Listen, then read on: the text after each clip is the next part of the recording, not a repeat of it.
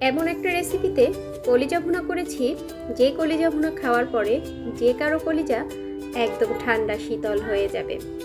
তো চলুন কীভাবে এই কলিজা ভুনাটা করেছি সেটাই দেখাচ্ছি। তো আমি কলিজাগুলোকে কেটে ঠান্ডা পানি দিয়ে ধুয়ে ফুটানো পানির ভিতরে ছেড়ে দিয়েছিলাম, আর এখানে আমি 5 মিনিট মতো ফুটিয়ে নিয়েছিলাম।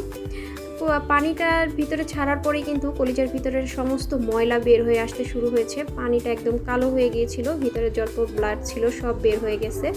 তো পানি ছেঁকে ঠান্ডা করে আমি উপরের পাতলা আবরণটা তুলে নিচ্ছি। এটা আপনারা কলিজাটা আস্তা থাকা অবস্থাতেও গরম করে পাতলা আবরণটা তুলে নিতে পারেন, তবে আমার কাছে মনে হয় কেটে একটু সিদ্ধ দিলেই ভালো হয়।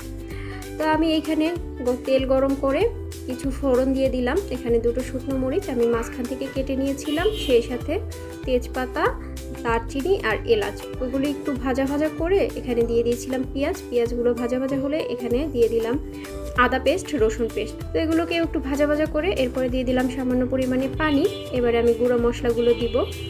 এখানে দিয়ে দিয়েছি পরিমাণ মতো হলুদের গুঁড়া, মরিচের গুঁড়া, সেই সাথে দিলাম জিরার গুঁড়া, ধনিয়ার গুঁড়া, আরও দিলাম গরম মশলার গুঁড়া আর লবণ।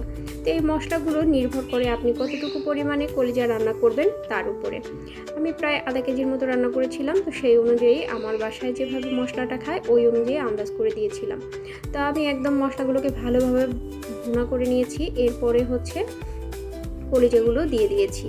তো এইবারে এই মশলার সাথে কলিজাগুলোকে প্রায় 5 থেকে 10 মিনিটের মতো এভাবেই কষাবো। কোনো পানি দিব না, কলিজা থেকেই যে একটু একটু পানি বের হবে সেখান থেকেই কষাবো। তো কষানো শেষ হয়ে গেলে আমি কলিজা সিদ্ধ হওয়ার জন্য গরম পানি দিয়ে দিয়েছি। আর কলিজা রান্নার সময় ট্রাই করবেন গরম পানিটাই দেওয়ার জন্য।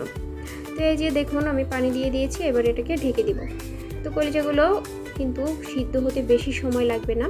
তো এর মাঝে আমি কয়েকবার নাড়াচাড়া করে দিয়েছিলাম। যখন কলিজাগুলো অনেকটা সিদ্ধ হয়ে এসেছে তখন সামান্য পরিমাণে আলু দিয়ে দিয়েছি। বাচ্চাদের তো আলু ছাড়া হয়ই না।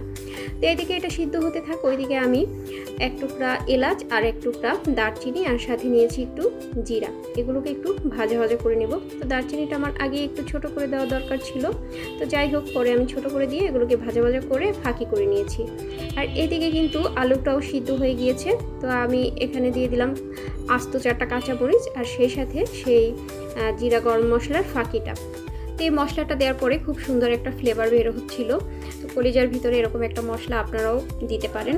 তো বিভিন্ন রেসিপিতে তো কলিজা ভুনা করে খেয়েছেন, এই রেসিপিটা একবার হলে ট্রাই করবেন। আশা করি আপনাদের সবারই ভালো লাগবে। তো ফাইনালি আমার কলিজা ভুনা কিন্তু হয়ে গেছে। আমি একটু ঝোল ঝোল করে রান্না করেছি, আপনারা চাইলে এটা কি ভুনা ভুনা করে রান্না করতে পারেন। তো ভিডিওটি দেখার জন্য ধন্যবাদ। ভালো থাকবেন সবাই। আসসালামু আলাইকুম।